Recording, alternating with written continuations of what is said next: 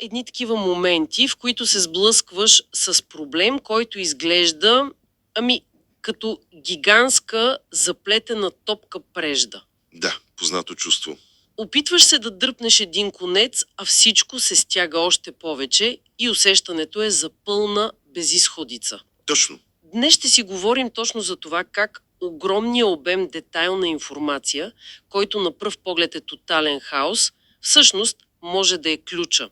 Ключът, който превръща тази топка в поредица от ясни и, надявам се, разрешими задачи. И то напълно разрешими. А казусът ни днес идва под формата на един документ, който, честно казано, е доста плашещ.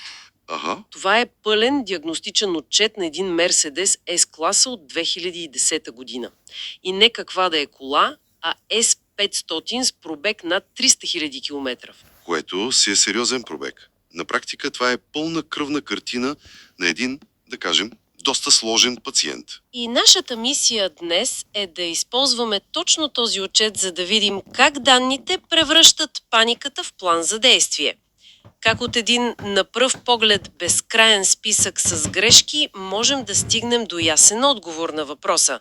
Добре де, какво всъщност има на тази кола и откъде да започнем? Трябва да призная, като видя в този списък за пръв път, първата ми мисъл беше край. Че за моргата. Точно, че тази кола е за моргата. Буквално страници с грешки, аларми, предупреждения. Изглежда като... Пълна катастрофа. Разбирам реакцията напълно. Прилича на афиш от Тото, в който нямаш нито едно познато число. Да. Но точно тук е силата на този подход. Вместо една единствена, неясна лампа на таблото, която ти крещи «Провери двигателя», И не ти казва нищо повече. Абсолютно нищо. Тук имаме карта. Подробна карта, която показва всяка дупка по пътя. Разликата е като между това лекара да ти каже «Не изглеждаш добре» и това да ти даде разпечатка с всеки един показател. Добре, това ме успокоява до някъде. Откъде започва един механик, когато види такъв папирус? Предполагам от най-важното. Винаги. Започваме от сърцето от двигателя. И тук идва първата изненада. О, Въпреки целият този дълъг списък, в модула за управление на двигателя, така наречения ECM, има само една единствена грешка. Една. само една. На фона на всичко останало. Каква е тя? Кодът е 0524, но това не е толкова важно. Важното е какво описва. Проблем с вихровите клапи на смукателния колектор. Звучи доста сложно. Звучи, но нека го упростим. Представи си как един атлет диша, когато се разхожда, диша спокойно. Но когато спринтира, поема дълбоко въздух. Разбира се. Езеклапи правят същото за двигателя. Регулират въздушния поток, така да се каже, за да е оптимален и при ниски и при високи обороти. Значи ако не работят, двигателя се задъхва. Точно. Това е идеалната дума. Може да загуби мощност, да стане по-малко ефективен, да харчи повече гориво. Не е нещо, което ще го щупи веднага, но определено влошава работата му. Добре. И тук в очата има един ключов детайл. Едно малко словосъчетание, което променя всичко. Current and stored. Какво означава това? Че проблемът е актуален, Означава, че проблемът се случва точно в този момент. не е някаква стара грешка, записана преди месец, която може да е била случайна, някакъв моментен срив. Аха. Current означава активен сега, а stored записан в паметта. Когато видиш и двете, знаеш, че това не е фалшива аларма. Това е реален, постоянен проблем. Ария. Отново и отново. Да. Фрази като communication disturbance и no can message was received. Тук пише проблем с комуникацията. Там не е получен сигнал. Какво става? Да не би частите на колата да са спрели да си говорят? Точно това се случва. И тук стигаме до същината на модерния автомобил. Трябва да спрем да мислим за него като за чисто механична машина, А като за компютърна колела? като за мрежа от компютри на колела. Десетки малки модули, които управляват всичко от двигателя и спирачките до чистачките и радиото. И как си говорят тези компютри? Чрез нещо наречено CAN-шина. Това е, така да се каже, нервната система на автомобила. Два проводника, които минават през цялата кола и по които непрекъснато тече информация. Например? Оповете казва, разбрано, светвам. Всичко става за милисекунди. И ако някой в тази мрежа спре да говори, настава хаос. Пълен хаос. Или по-скоро верижна реакция от грешки. И отчетът ни го показва перфектно. Виж тук. Да. Модулът на волана се оплаква, че има проблем в комуникацията с мултифункционалната камера. Веднага след него, системата за нощно виждане алармира за същото. Не получава сигнал от същата тази камера. Аха, виждам. А накрая самият модул на волана казва, че не получава съобщение и от централния портал, който е нещо като главния рутер в тази мрежа. Чакай малко да видим дали разбирам правилно. Значи, вместо да имаме 3 отделни счупени неща, волан, система за нощно виждане и камера, Да, и много по-вероятно да имаме само един проблем. Може би самата камера е дефектирала или просто кабелът ти е прекъснат. точно. И това кара всички останали системи, които разчитат на нея, да пищят, че има проблем. Абсолютно точно. Ето как данните превръщат хаоса в яснота. Вместо да започнеш да сменяш на сляко 3 скъпи компонента, отчетът ти казва: фокусирай се върху камерата. Там е прекъснато на комуникацията. Което спестява време и пари. Това е разликата между стрелба в тъмното и хирургическа точност. Спестява хиляди левове и дни на празен труд. Добре, това с комуникацията е ясно, но като гледам по-надолу, виждам нещо друго, което ме притеснява повече. Цяла секция с грешки в системите за асистенция и безопасност. Тази кола има очи и уши, радари, сензори и изглежда почти всички са слепи и глухи. Това вече звучи сериозно. Звучи да, но и тук дяволът е в детайлите. Нека ги разгледаме подред. Първо, Distronic. Адаптивният круиз контрол. Точно. Който сам поддържа дистанция. Отчета казва, че е блокиран заради замърсяване или чуждо тяло. Искаш да кажеш, че цялата тази сложна система може да бъде спряна от као. Или умряла муха върху сензора. Точно. Колкото и да е иронично, една от най-високотехнологичните системи в колата може да бъде извадена от строя от най-простия физически проблем. Решението може да струва 0 лева. Просто едно измиване на предната решетка. Точно така. Ето още един пример как данните ни предпазват от прибързани заключения. Добре, но не всичко е толкова просто, нали? Гледам грешките от радарните сензори и 4-те, 2 отпред, 2 отзад, казват, че са смутени от външен предавател. Какво за Бога означава това? Това е много интригуващ детайл. Означава, че проблемът най-вероятно дори не е в самата кола.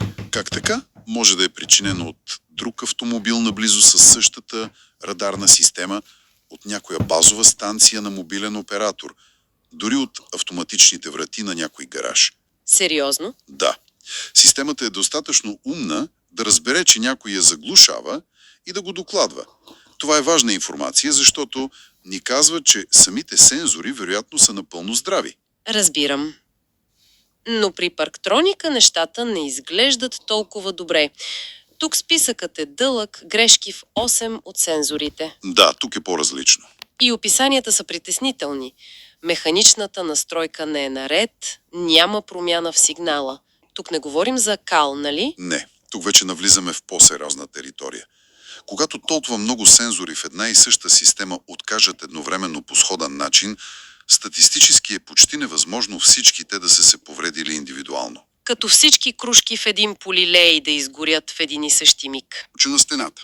Значи и тук търсим един централен проблем, а не 8 отделни. Точно така. Отчетът ни насочва да проверим или общия сноп кабели, който ги свързва, или самия управляващ модул на парктроника. Отново, данните ни казват къде да копаем, вместо да разравяваме цялата градина. И стигаме до нещо, което ми изглежда най-критично от всичко до сега. Грешка в адаптивната спирачна система ABR. Докладва за проблем с предния ляв сензор за скорост на колелото. Да, това е червена лампа. Този малък сензор е абсолютно ключов. Той не просто казва на скоростомера с колко се движи колата. За какво друго служи? Той подава информация към антиблокиращата система ABS и към системата за стабилност ESP. Ако този сензор не работи, в критична ситуация на пътя, рязко спиране, хлъзгава настилка, колата може да не реагира адекватно. Значи това е най-спешното. От всичко, което видяхме до тук, това е проблемът с най-висок приоритет.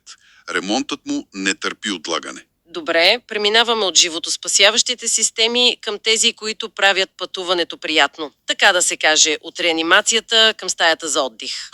Добро сравнение. Виждам цял куп грешки, свързани с комфорта, които сигурно са много дразнещи за собственик. Да, и тук отчетът е безценен, защото позволява нещо, което в медицината наричат триаж. Приоритизирани. Точно. Да отделиш спешните случаи от тези, които могат да почакат. И комфортните системи са класически пример. Виж динамичните седалки, и лявата и дясната помпа са деактивирани, а трети модул потвърждава защо. Открите течна налягане. Това са онези седалки, които те прегръщат в завоите и правят масаж, нали? Същите. Ясно е, че тези функции не работят. Грешките са активни. Current and stored. Така че проблемът е реален. Дразнещо е, предполагам. Дразнещо ли е за сигурност? Но критично ли е за безопасността на колата? Абсолютно не. Това е ремонт, който може спокойно да се остави за по-късен етап. А инфотейнмент системата, наречена команд, и тя има своите болешки. Да, там е интересно. Кабелът на камерата за заден ход е изключен, CD-DVD-то не чете дискове, сателитното радио не е активирано. Тук е интересно, защото за разлика от комуникационните грешки, които бяха свързани, тези тук изглеждат като три отделни независими проблема. Как така? Ами, кабелът на камерата може да е просто изваден, докато някой е работил по колата.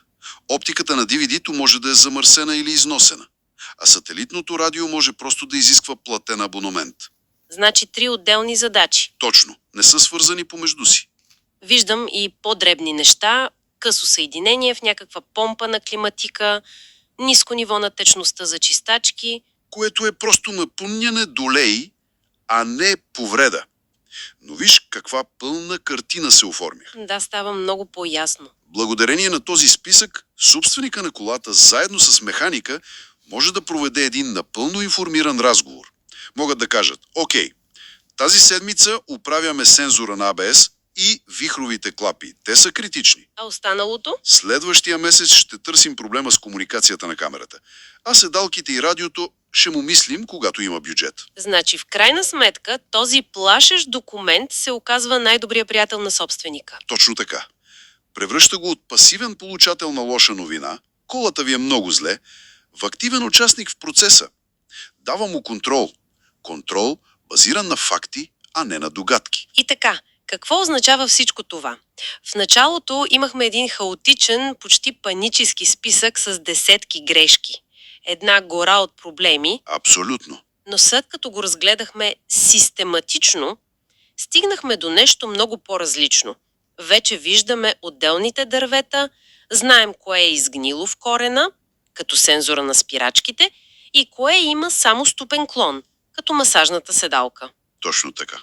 Отчетът не просто каза колата е счупена, той посочи точно как, къде и колко сериозно е счупена. И това е перфектна метафора за силата на данните. Този анализ илюстрира един фундаментален принцип, който важи далеч извън света на автомобилите. Разбира се. Във всяка сложна система, било то бизнес проект, медицински проблем или дори личен казус, първата стъпка към решението е събирането на конкретни, детални данни. За да знаеш откъде тръгваш. Точно. Този процес превръща неясното усещане нещо не е наред в ясна диагноза. Знанието, което идва от данните, замества догадките и страховете с факти. И едва тогава, въоръжени с тези факти, можем да вземем правилно и информирано решение. И за финал искам да повдигна един въпрос за размисъл, който се върти в главата ми през цялото време. Слушам. Тази кола е на над 300 000 километра.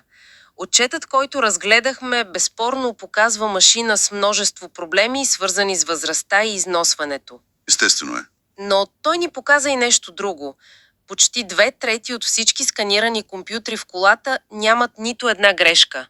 Десетки сложни системи все още работят перфектно. Да, това е важен факт. И въпросът ми е, дали този документ описва една кола, която се разпада, или всъщност показва един изключително издръжлив инженерен продукт, чието слаби места могат да бъдат прецизно идентифицирани и управлявани. Какво ни казва самото естество на повредите за успеха и устойчивостта на цялостния дизайн?